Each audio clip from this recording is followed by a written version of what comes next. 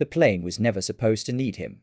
He was just another tired passenger. Economy seat. Want clothes? Old duffel bag. No one knew his name. No one cared who he was.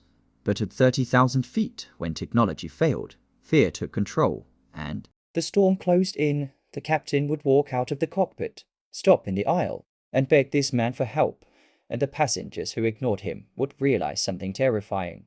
The quietest person on the plane was the only reason they would survive.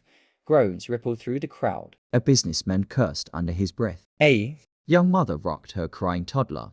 Exhaustion carved into her face. Phones burst with angry messages and missed connections. The gate agent's voice crackled through the intercom.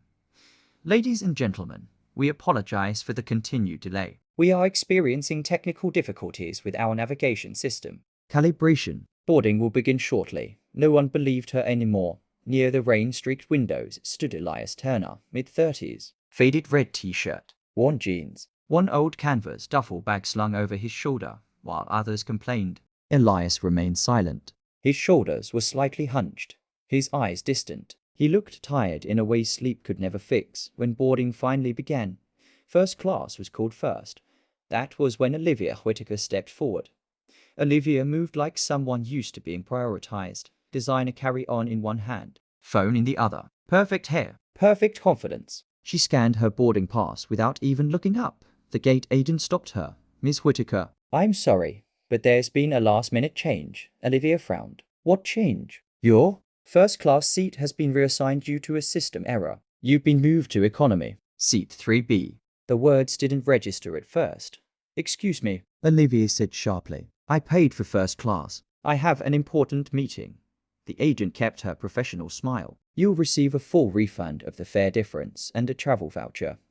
I don't want a voucher, Olivia snapped. I want my seat. But the decision was final.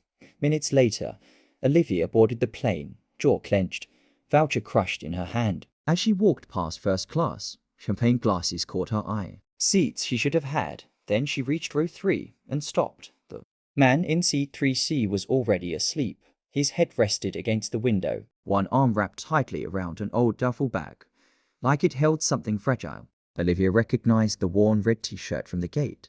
She shoved her bag into the overhead bin harder than necessary and slid into the middle seat.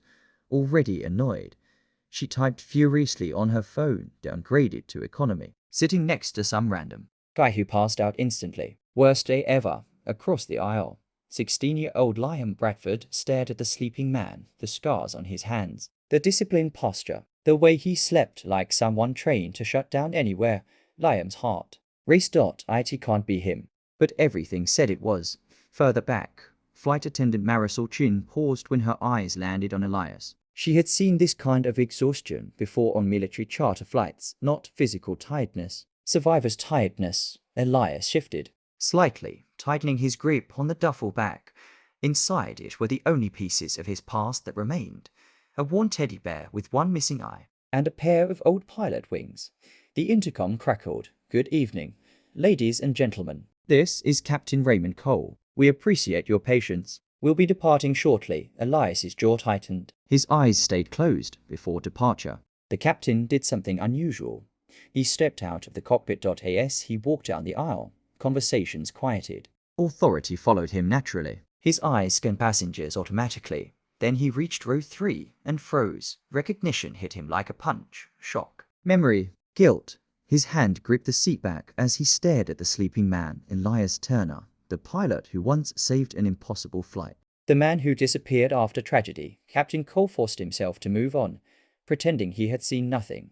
Outside, thunder rolled. Rain hammered the aircraft. The lights flickered. Passengers grew uneasy. Elias remained calm. Turbulence struck. Hard, the plane dropped suddenly. Screams filled the cabin. Oxygen masks shook loose. Then a calm voice cut through the fear.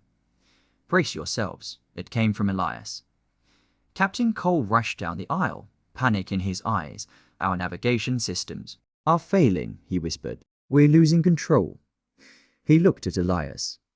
You're the only one who can help us. The cabin fell silent.